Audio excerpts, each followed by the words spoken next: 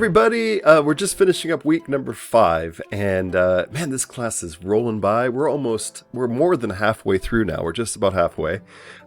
So if we do a little recap of what we did this week, I know some of you haven't been feeling well, so I hope you're feeling better. And looking forward to next week, because next week we're going to meet at the cathedral. We're going to be there in the archives at 11 o'clock. So that means if you could be in front of the cathedral at 10:45, that gives you time to walk down. If you so for some reason, mobility issues, something happening that's not allowing you to get there, let me know ahead of time if you need a ride down, or how we can get you there. And but we could be there at 10:45, so we can all meet there and do some little chat, and then be taken down to the Bishop's Palace, where we get to go to the cathedral archives. Now we're going to look at some of the stuff we've been talking about. We're going to actually feel it and look at the material themselves, and we get to experience the materiality of medieval records. Really excited to share that with you all. Now, recap for this week: we were looking at custom rolls. We were looking at the customals, the court system on the manors, and what they tell us about life in medieval England with the peasantry. And it was a really good discussion this week. We were looking at the court rolls of Walsingham le Willows, dated from around 1327 to 1336. Really important time here with what was happening across England, both politically, with wars, with needing for money, with understanding of the famines that were going on, and this is just on the brink of, in a couple decades, the Black Death. So life is going to change, and they don't know what's coming yet. But in this court system, we're able to see a lot. We're able to see how the courts work, who's there. We're able to sort of understand the daily lives, the disputes. It's the closest thing to a medieval, medieval housewives of Walsingham le Willows, sort of the reality TV show of being able to understand and seeing the disputes of what's happening, whose pigs are going on whose land, what money is not being paid, who's not showing up to these courts. All these things we were able to look at. Any of these systems, any of these court records are really good at having a system to them, having a sort of formula of how they're written out. And I think that's a big thing when you're looking at any record system, because there's normally a way that they have certain information at the documents always kind of set up the same. So if you're looking at the same documents over years, you could go right to that section and understand where to find the information you're looking for. So that's a big thing. So for these ones, we're looking at the court rolls.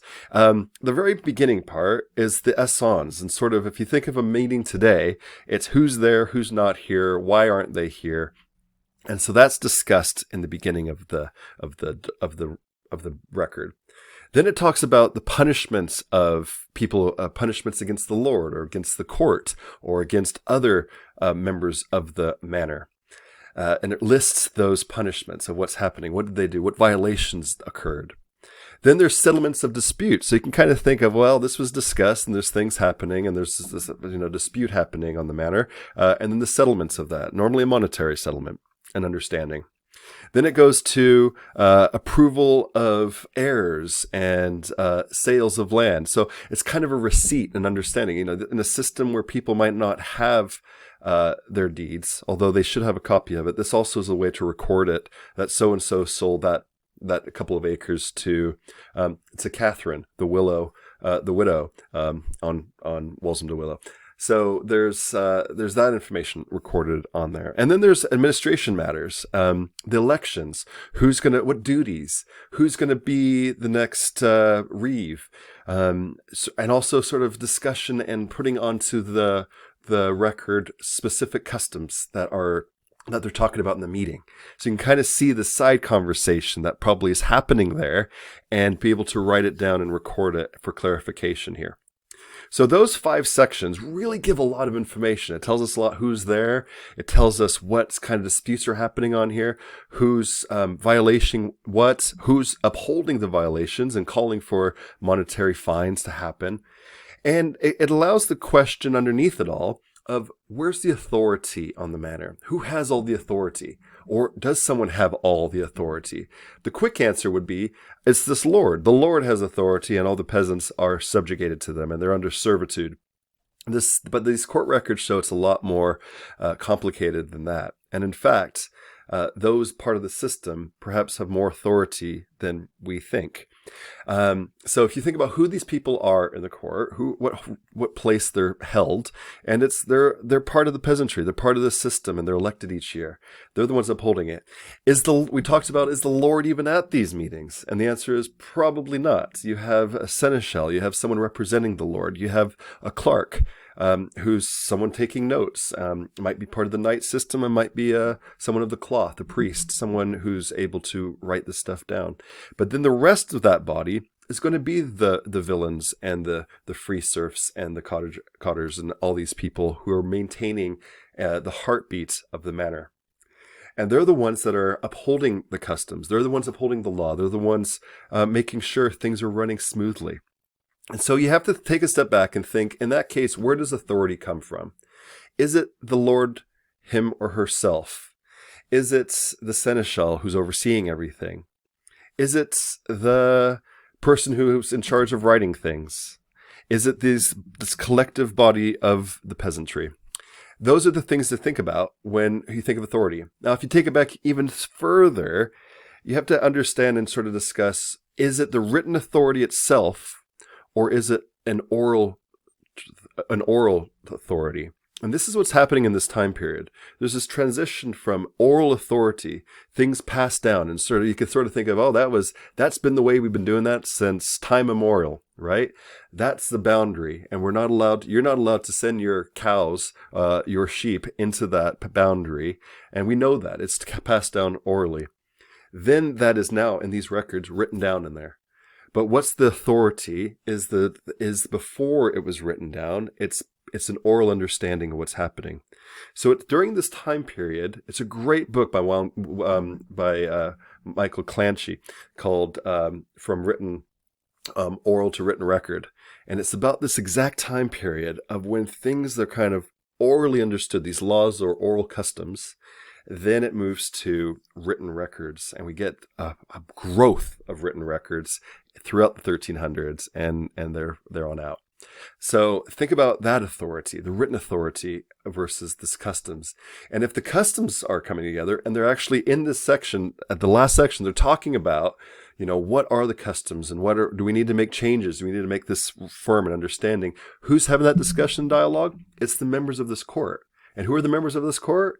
It's largely this body of the serfs and the peasants themselves, the free, the cotters, all those.